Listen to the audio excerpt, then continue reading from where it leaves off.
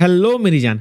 JEE advance 2023 में एक ऐसा क्वेश्चन पूछा गया था जिसको तू 30 टू 40 सेकंड में उड़ा सकता है अगर तेरी प्रॉब्लम सॉल्विंग स्किल्स अच्छी हैं तो। यहाँ पे एक क्वेश्चन है जिसमें एक फंक्शन है जिसको एक वेरिएबल लिमिट के टर्म्स में इंटीग्रल के टर्म्स में एक्सप्रेस किया गया है और मुझे उस फंक्शन की मिनिमम वैल्यू चाहिए और मेरा डोमेन जो है वो -π/2 से π/2 है।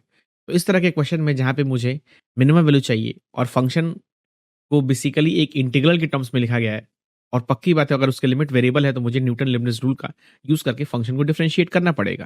बेसिकली ये मैक्सिमा मिनिमा का भी सवाल हो सकता है। तो अगर तू उसको डिफरेंशिएट करेगा तो एफ डैश एक्स और जब तू न्यूटन लीबनिज़ रूल अप्लाई करेगा तो राइट में टी हटेगा और टी की जगह x tan inverse x minus cos x tan inverse x ऐसा दिखेगा और नीचे वाली क्वांटिटी में टी की जगह तू डालेगा जब एक्स tan इनवर्स एक्स उसकी पावर 2023 आएगा और फिर तेरे को x tan इनवर्स x का डेरिवेटिव चाहिए होगा। तो first function into derivative of second function और plus second function into derivative of first function. ये तेरा फंक्शन का डेरिवेटिव होगा। इस क्वेश्चन में देखने वाली बात ये थी मेरी जान, कि ये जो क्वांटिटी ये एक बेसिकली एक एक्सपोनेंशियल फंक्शन है और एक्सपोनेंशियल फंक्शन हमेशा पॉजिटिव होता है और नीचे वाली क्वांटिटी भी पॉजिटिव है। उसका रीजन ये है कि देख तेरे पास यहाँ पे x है और tan इनवर्स x है।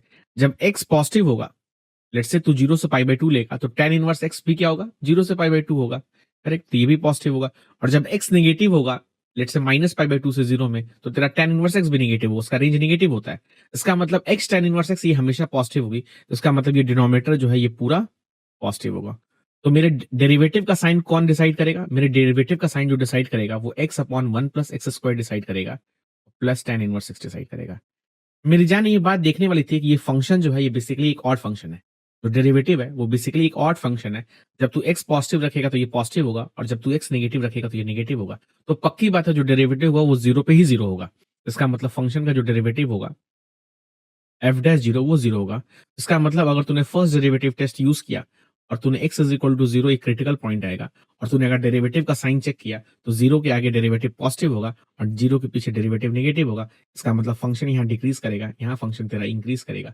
इसका मतलब फंक्शन की जो मिनिमम वैल्यू होगी वो 0 पाएगी। इसका मतलब f(x) की जो मिनिमम वैल्यू होगी वो f(0) होगी और f(0) का मतलब क्या हुआ? तेरे को इस इंटीग्रल में x की जगह 0 डालना था और जब तू x की जगह 0 डालेगा तो अंदर में कुछ भी रहे इसका आंसर हो जाएगा 0 और इस तरह से तू इस सवाल का आंसर 0 देख के आराम से टिक करके आगे बढ़ सकता है।